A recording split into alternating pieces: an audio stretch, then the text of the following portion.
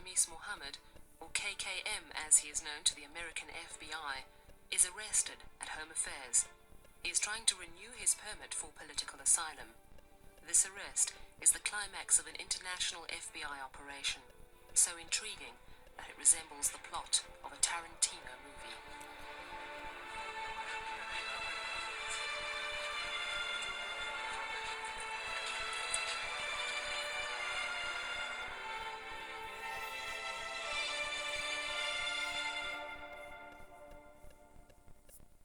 But who is Khamis Mohammed?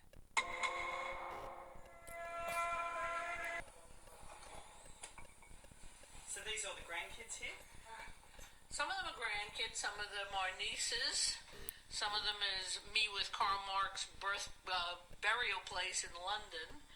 Lynn Stewart is a 62-year-old grandmother and accused traitor. My wonderful daughter, Zenobia, Ralph's and my daughter. A defence attorney who's devoted her life to keeping her clients out of jail. She now faces a 40-year prison sentence. Her crime, helping her client, a convicted terrorist, convey a message to his followers. Looks like somebody broke this, though. I'm surprised how glass seems to be. I'd like to introduce the Attorney General of the United States, John Ashcroft. Last year, Lynn Stewart's arrest was declared a major victory in the war against terror.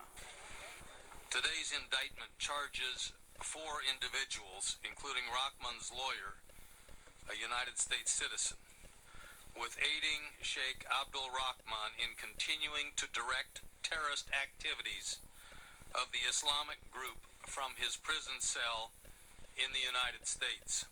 When you hear yourself labelled as a terrorist, what do you think?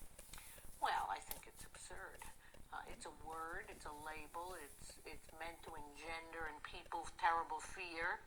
And I say to you, I'm guilty of nothing criminal. I have never participated in a terrorist conspiracy or materially aided one.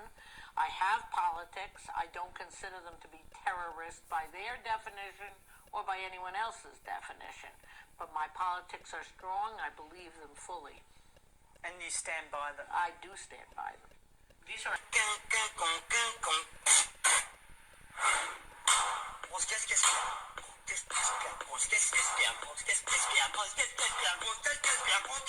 Parfait.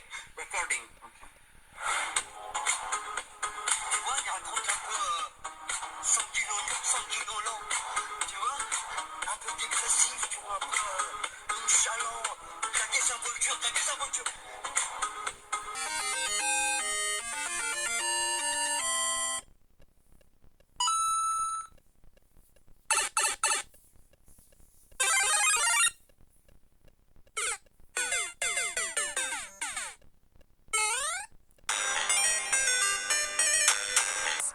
Muslim roots run deep here, especially in Black communities. That history is captured in this photograph. It's the first known image of a group of visibly Muslim Black American women, and it was taken in Chicago 100 years ago, in 1922. How did you come across this photograph?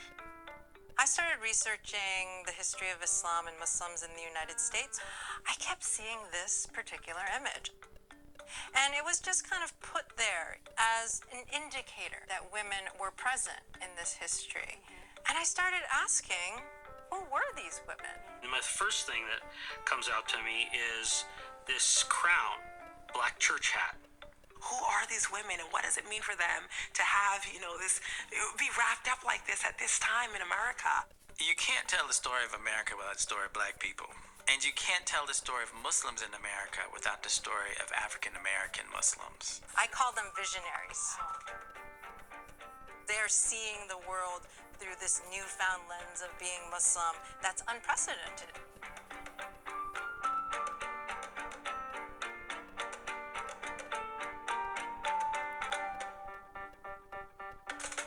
In the 1950s, a Muslim organization began to inspire Black Americans across the country. Everybody in Harlem is a Muslim.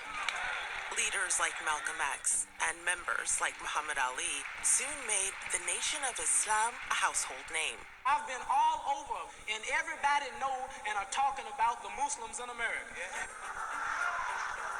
The nation became so well known, it's easy to think the recent history of Black American Muslims starts here.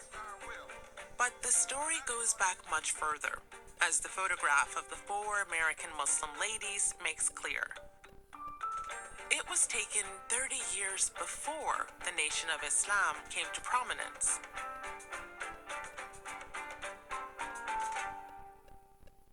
Where was this photograph taken? On the south side of Chicago in 1922. And where you're from, right? It was from a journal of the Ahmadiyya movement in Islam called The Muslim Sunrise. I think it's still published now, sporadically. They would list the names of people who converted, and I looked for the names of these women. And what I found is they all converted within a month or two of each other. Then I was able to look through census records, and I looked for all of them. But only one of the women emerged continuously from the decades before the photograph was taken into the years after the photograph was taken, and that was Florence Watts. But who was this woman? And what can she tell us about the early history of Black American Muslim communities? Piecing this story together begins with Florence's first appearance in the public records. In the 1880 census, we find her as a child, living in Ellicott City, Maryland, just outside Baltimore. She's with her parents, John and Elizabeth Sullivan, whose places and dates of birth suggest they were once enslaved. In the 1900 census, Florence is living in Washington, D.C., where she spent most of her 20s working as a cook and a maid, until she decided to move again, joining thousands of other Black Americans who were leaving their homes in search of better lives. During what historians now call the Great Migration, you had unprecedented numbers of African Americans, the formerly, enslaved freedmen and women, and their descendants making the journey from the rural South to the North. People imagined they could escape the horrors of the Jim Crow South, Right. and find new opportunities. They were migrants. You're getting people who are adventuresome, because as bad as it is in the South, your home is there, your family, your community, and you have to go north and rebuild. Of all the northern cities people migrated to, Chicago had a special appeal. It's where Florence moved to from D.C., just before my own ancestors arrived, on their journeys out of the South. The thing about Chicago, starting in the 1910s, is it was seen as this fabulous place of opportunity.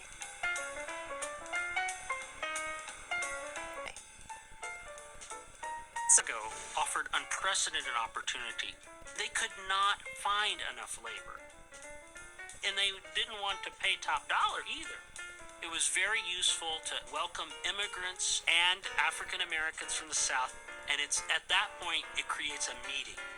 Chicago was a place of mythology and folklore. Blues singers sang about it in their songs. You have the establishment of independent African American institutions, you have churches, you have salons, barbershops. You have to imagine the kind of bustling activity and exchange of people speaking different languages, of different ideas coming in from all over the world, clashing with each other. I mean, this is just this very ripe moment for cultural creativity and fluorescence. That's what I imagine her finding as she gets there. Florence makes her story feel very personal to me, and to my sister, who still lives and works here. In the Great Migration, which I've only recently begun to think of as a refugee story. Mommy's parents' family really kind of landed in Chicago, in some ways really actively fleeing the terror of the South, fleeing a potential mob. The migration here, the choosing of Chicago, and just the search for something more for their families. I feel like in telling the story of Florence, I am also retelling the story of our grandparents, our great-grandparents, even our parents. We actually played one of his speeches to the jury in which he said to his followers, "We are terrorists. Why do we shrink from this label? The Quran commands us to strike terror into the hearts of the enemies of Allah. So we are commanded to be terrorists. We should be proud to be terrorists, and we shouldn't shrink from the label." We had one count in our indictment against the blind sheikh. He was charged with conspiring to murder Hosni Mubarak, who was the then president of Egypt. When the blind sheikh came to the United States, he was renowned, largely because he bragged about it, with having issued the fatwa, or the Sharia edict, that approved the killing of Anwar Sadat in the early 1980s, Mubarak's predecessor. Much of what the blind sheikh's life was about, running a terrorist organization in Egypt, was overthrowing the Egyptian regime and replacing it with a fundamentalist Islamic regime. So his desire to overthrow the regime and to kill the president of Egypt was well known to everybody, to the point where at the end of the case, when you have to argue your defense to the jury, the blind sheikh's defense on the count about conspiring to kill Mubarak was, well, he had it coming, which is not a particularly successful defense, I'll tell you, in most cases.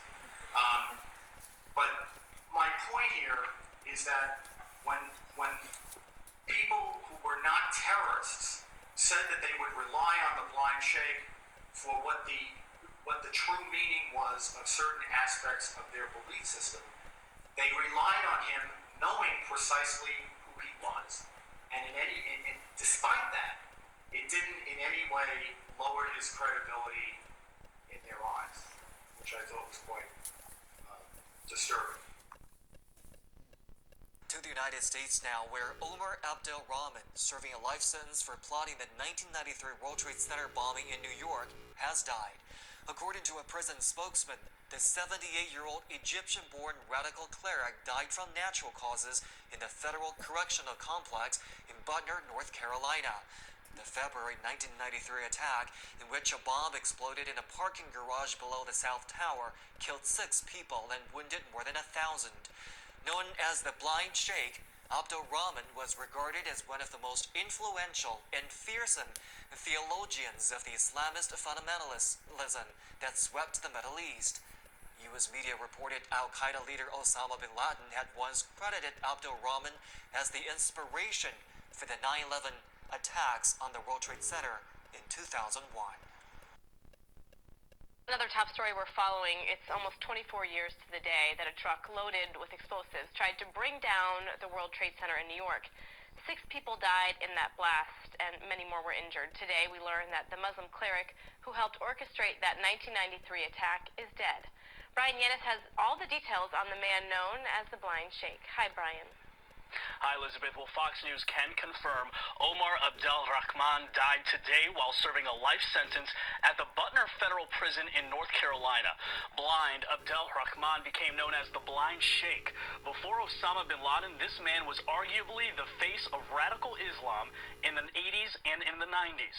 He was found guilty in 1995 of conspiring to carry out terrorist attacks in the U.S.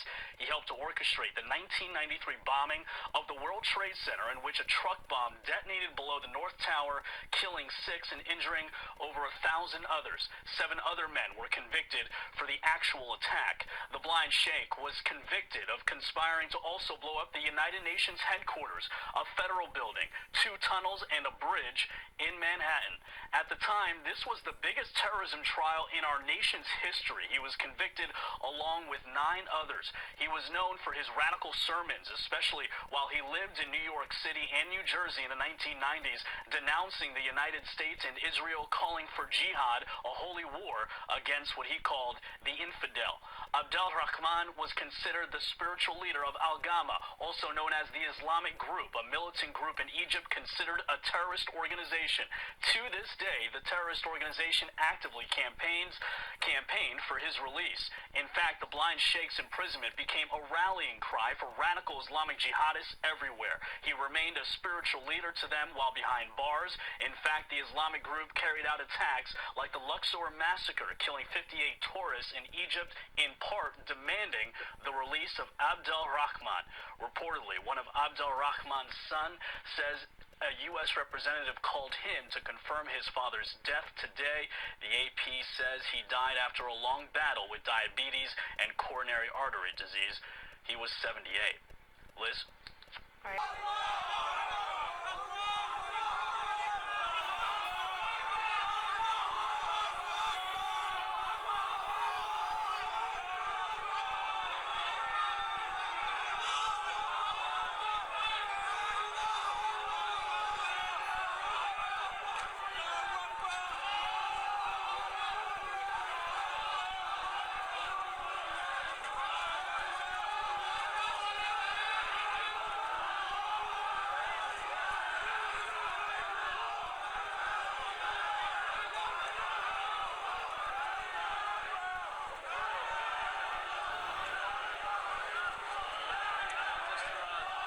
Calls himself Ayman Dean.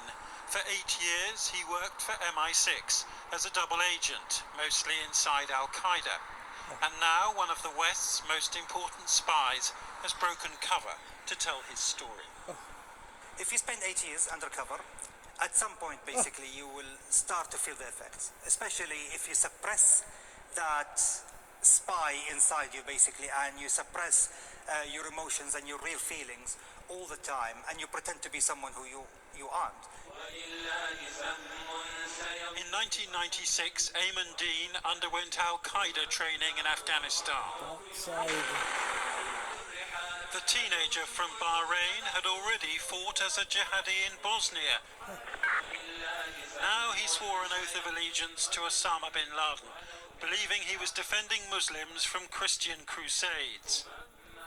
And even now there's a hint of admiration for what was then the world's most wanted terrorist, responsible for killing thousands. Did he impress you? You write that he was tall, he was softly spoken. Absolutely. Someone who could have had a luxury life in Saudi Arabia, someone basically who could have had an easy life, and yet he gave all that up in order to serve a cause bigger than him, even if that cause was mistaken and deluded, but nonetheless he served that cause faithfully to the end. Did you think of him a bit like Dumbledore or some kindly headmaster? I would say a kindly headmaster, most likely. But he was more than that to many of my comrades also. I mean, he was the epitome of what jihad was at the time. Al-Qaeda's bombings of US embassies in Kenya and Tanzania left hundreds dead, and Ayman Dean outraged by the carnage. A major disaster is occurring in New York City this morning. Then 3 years later, September the 11th, almost 3,000 people killed, and Dean had known one of the hijackers. By now, though, he'd moved to London, using the need for medical treatment as cover to become a British spy. Your job was to carry radios and phones into Afghanistan that enclosed MI6 bugging devices. Is that it? Well, more than that. My job basically was to report on locations of camps, the new training methods, the individuals coming in and out, and also at the same time keeping up with Al-Qaeda's WMD program at the time. Well, if you were doing all that, why did an attack like September the 11th happen? If you wanted to stop 9/11, you have to have at least 12 spies inside Al-Qaeda, and each one inside one of the different departments. Only then you could have stopped it. And how many British spies were there in Al-Qaeda? I don't know, to be honest, basically, but I would be surprised if there are more than 2 or 3. And you were one of them? Yes. What was your biggest intelligence coup as far as you're concerned, in terms of what you managed to prevent? Well, there were several. There was a plot to attack the New York subway with chemical weapons, a chemical device that was invented during my time, actually, in that specialist lab in Afghanistan. And I was reporting on it regularly to the UK Secret Services. From the UK, Dean still travelled to Asia and the Gulf to meet terrorists posing as a salesman for Kashmiri honey. He never visited MI6 headquarters. Before any meeting, he'd call his handlers from a series of phone boxes to be given a rendezvous and to allow spotters from MI5 to check he wasn't being followed. So you helped prevent these plots, but MI6 only paid you £18,000 a year. Sounds like a bargain. Well, it was a bargain for them, yes, but I wasn't in it for the money. When you finished, when it was too dangerous, did MI6 give you a good send-off?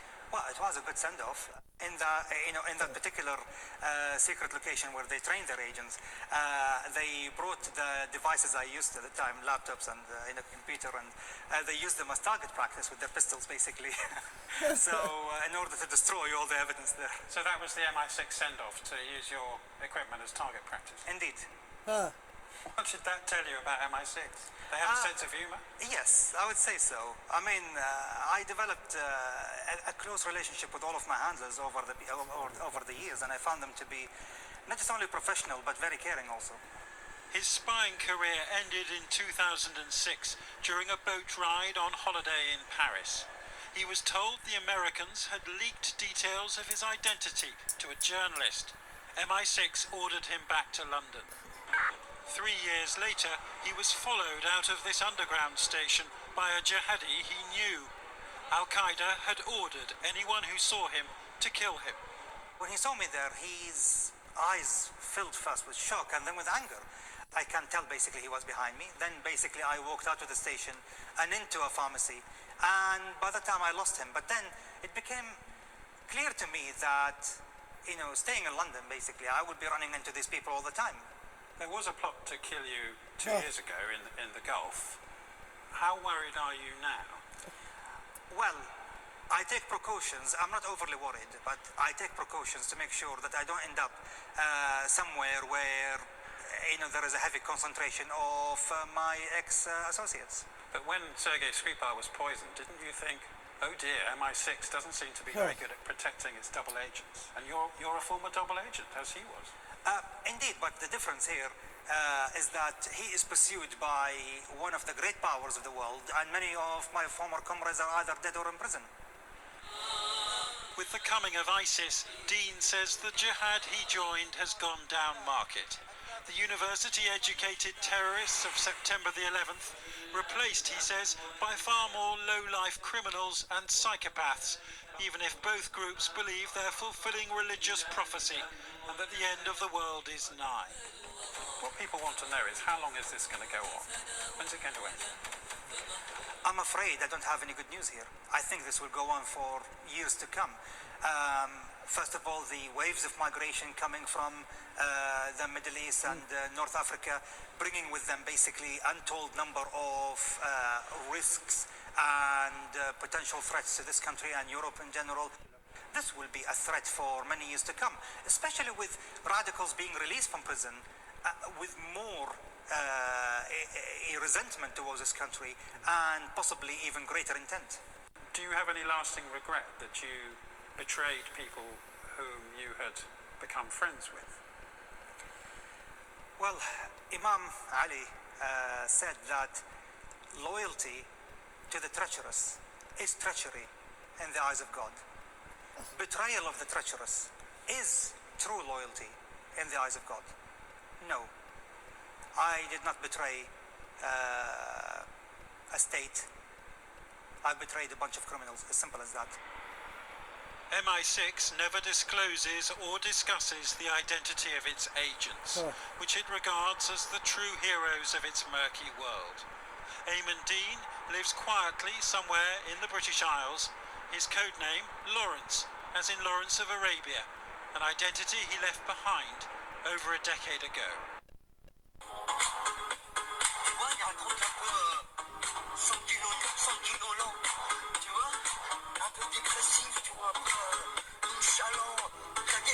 Yo también soy mucho.